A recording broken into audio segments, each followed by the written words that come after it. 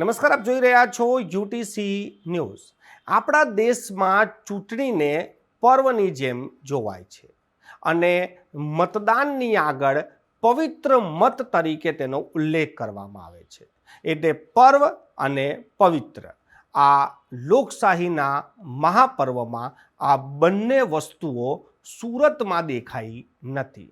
સુરતમાં જે રીતેની ચૂંટણી યોજાઈ રહી છે, એક ઉમેદવારનું ફોર્મ રદ થઈ જાય અને એ પણ એના ટેકેદારો અચાનક જ ગાયબ થઈ જાય અને આ સમગ્ર પ્રક્રિયા દરમિયાન જે નાટ્યાત્મક 24 કલાક ગયા છે, આના પરથી જે લોકશાહીની જે ખૂબસૂરતી છે એ સુરતમાં જોવા ના મળી। સુરતમાં જે રીતેની આ સંપૂર્ણ ઘટનાક્રમ થયો છે કે કોંગ્રેસના ઉમેદવાર નિલેશ કુંભાણિયાનું ફોર્મ રદ થઈ ગયું છે, એટલે હવે સુરતની બેઠક પરથી કોંગ્રેસ પોતાની દાવેદારી કે ઉમેદવારી નહીં કરી શકે। ભારતીય જનતા પાર્ટીના જે ઉમેદવાર છે તેને હવે સીધી જ માનો કે જીત જ મળી જશે। એમ પણ ભારતીય જનતા પાર્ટીનો દાવો હતો કે દરેક બેઠક પર તે 5 લાખથી વધુ વોટથી જીતશે, પરંતુ કમસે કમ ચૂંટણી થાત, મતદારોને એક મોકો મળતો અને એક લોકશાહીની આ પર્વમાં મતદારો પણ ખુલીને મતદાન કરતા, પરંતુ હવે તો વન સાઇડેડ ગેમ થઈ ગઈ છે।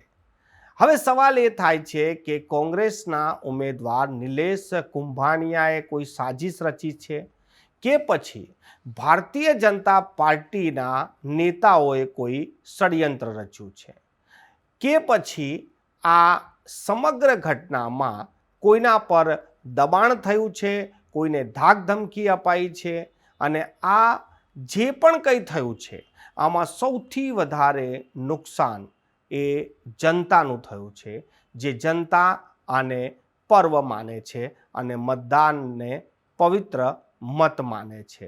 આ તમામ લોકોને ભારે નુકસાન આજના દિવસે થયું છે। સવાલ એ ઊભો થાય છે કે આ સમગ્ર ઘટના બાદ હવે કોંગ્રેસ શું કરશે?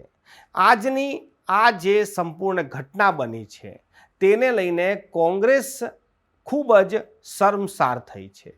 કોંગ્રેસને આ ચૂંટણી પહેલાં પણ આ જ બીક સતાવતી હતી કે કોઈ પણ ઉમેદવારને ટિકિટ આપે તો તે ભારતીય જનતા પાર્ટીમાં ના જોડાઈ જાય।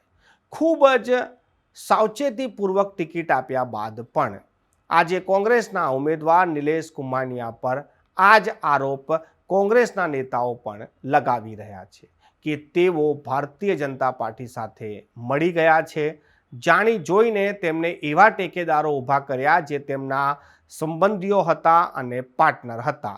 આજે તેમના સંબંધીઓ અને પાર્ટનર બંને ગાયબ છે। તેઓ કલેક્ટર ઓફિસમાં હાજર ના થયા અને નિલેશ કુંભાણિયાનું ફોર્મ રદ થઈ ગયું। આ રદ થયા બાદ કોંગ્રેસના પ્રદેશ અધ્યક્ષ શક્તિસિંહ ગોહિલ શું બોલ્યા એ સાંભળો। સુરતના ઉમેદવાર અમારા નિલેશભાઈ કુંભાણી યુવાન જીતી જશે આ ડર લાગ્યો, એટલે એમને ખરીદવાનું, એમને ડરાવવાનું કામ શરૂ થયું। એમણે સુરતમાં આજે જ ઇન્ટરવ્યૂ આપ્યો કે પહેલું પ્રેશર એમના ઉપર હતું, માંગો તે રકમ, અને સામાજિક રીતે પણ જ્યાંથી દબાણ લવાય ત્યાં સુધી લાવ્યા। મને પોતે એમણે આજના ઇન્ટરવ્યૂમાં પણ નિલેશભાઈએ કહ્યું છે કે મેં અમારા પ્રદેશના નેતાને પણ કહ્યું કે સાહેબ મારા ઉપર આ દબાણ છે, અને મને કહ્યું હતું અને મને કહ્યું કે જે કંઈક લાલચ કે લોભ કે દબાણને હું વશ નહીં થાઉં, હું લડીશ। જ્યારે એમ લાગ્યું કે ઉમેદવાર લડશે એટલે પછી એમના ટેકેદારો સામ દામ દંડ ભેદ એનાથી નીચે ઉતરીને કે જેને લોકશાહીમાં ગ્રાહ્ય ન રાખી શકાય એ પ્રકારના હથકંડાઓ શરૂ કર્યા। આપે સાંભળ્યું કે શક્તિસિંહ ગોહિલ શું કહી રહ્યા છે। હવે ભારતીય જનતા પાર્ટીના નેતાનું પણ નિવેદન સાંભળો। તેઓ તો સ્પષ્ટ કહી રહ્યા છે કે આમાં તેમને કોઈ લેવા દેવા જ નથી।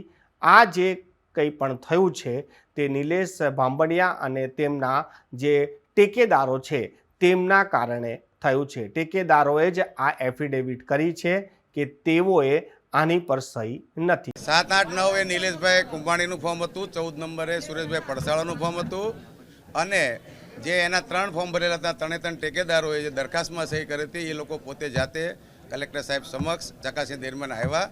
એ લોકો એવી રજૂઆત કરી હતી કે ભાઈ જે ફોર્મમાં જે સહી છે દરખાસ્ત તરીકે એ મારી ફોર્મમાં મારી સહી નથી, હું અહીંયા કલેક્ટર સમક્ષ જ્યારે ફોર્મ રજૂ કરવાનું ત્યારે હું અહીંયા આવ્યો નથી અને મારી હાજરી નથી. 14 નંબરના ફોર્મના જે ટેકેદાર દરખાસ્ત કરનાર હતા એણે પણ પોતે એફિડેવિટ કરીને આવી અને એને એવી રજૂઆત કરી છે કે ભાઈ મારી સહી નથી. 3 પ્રકારનું છે. કલેક્ટરે એને ઘણા પ્રશ્ન પૂછ્યા છે, એને પણ એને ઓનલાઈન વિડીયોમાં એને જવાબ આપ્યા છે. એના એ જવાબ પણ એના લિખિતમાં લીધેલા છે કલેક્ટરશ્રીએ અને એને એફિડેવિટ કરીને પણ સોગંદપૂર્વક જણાવ્યું છે કે આમાં ફોર્મમાં મારી સહી નથી. અત્યારે ઓર્ડર આવ્યો છે અને બધાની હાજરીમાં એ લોકોના હાજરીમાં અમારી હાજરીમાં કલેક્ટરે નિર્ણય જાહેર કર્યો છે. આપણને એ વાત તદ્દન ખોટી છે. અમને એ બાબતને કંઈ ખબર નથી. આ તો કોંગ્રેસના જે ટેકેદારો છે એ આવીને કહી ગયા છે એટલે આ ઇસ્યુ ઊભો થયો છે. અમારામાં કોઈ હાથ ભાજપ ઉપર આરોપ થઈ રહ્યો છે સીધો.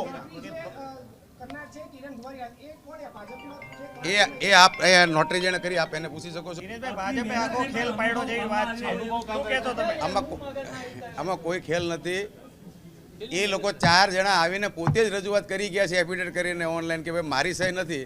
એના ઉપર કલેક્ટરશ્રીએ નિર્ણય કર્યો છે. આપે સાંભળ્યું કોંગ્રેસ અને ભાજપ શું કહી રહ્યું છે. હવે આ સમગ્ર ઘટનાને જો સારી રીતે અને સરળતાથી સમજવી હોય તો કોઈ પણ ઉમેદવાર જ્યારે વોટિંગ માટે પોતાની ઉમેદવારી નોંધાવતો હોય ચૂંટણી માટે તો તેને ટેકેદારોના સિગ્નેચર જોઈએ. ટેકેદારોએ સાઇન કર્યા બાદ તેને ફોર્મ જમા કરી દીધું અને જ્યારે ફોર્મ ચકાસણીની વારો આવ્યો તે જ દિવસે આ જેમને ટેકેદારોમાં સહી કરી હતી તેમને એફિડેવિટ કરીને જણાવ્યું કે આ અમારી સહી જ નથી. ત્યારબાદ સુરતના કલેક્ટરે જે ઉમેદવાર હતા નિલેશ બામણિયા તેમને સૂચના આપી અને ત્યારબાદ તે ટેકેદારોએ જે એફિડેવિટ કર્યું છે તેની પર સવાલ પૂછ્યા ત્યારે ટેકેદારોને શોધવા જતાં ટેકેદારો ગાયબ થઈ ગયા. અત્યાર સુધી પણ ટેકેદારો સામે આવ્યા નથી. નિલેશ બામણિયાનું તો ફોર્મ હવે રદ થઈ ગયું છે. પરંતુ હવે સવાલ એ છે કે કોંગ્રેસ હવે શું કરશે. કોંગ્રેસના જણાવ્યા પ્રમાણે આ રીતે ફોર્મ રદ થઈ શકે નહીં.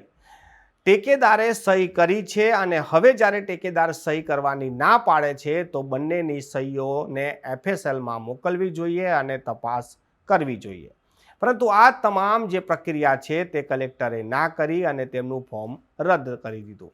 હવે શક્તિસિંહ ગોહિલ કોંગ્રેસના નેતાઓ આ મામલે હાઈકોર્ટ જશે અને હાઈકોર્ટમાં આ જે સંપૂર્ણ મામલો છે તેને લઈને શું થઈ શકે તેમના જે કાયદાકીય સલાહકારો છે તેમની પાસે પણ સલાહ માંગશે.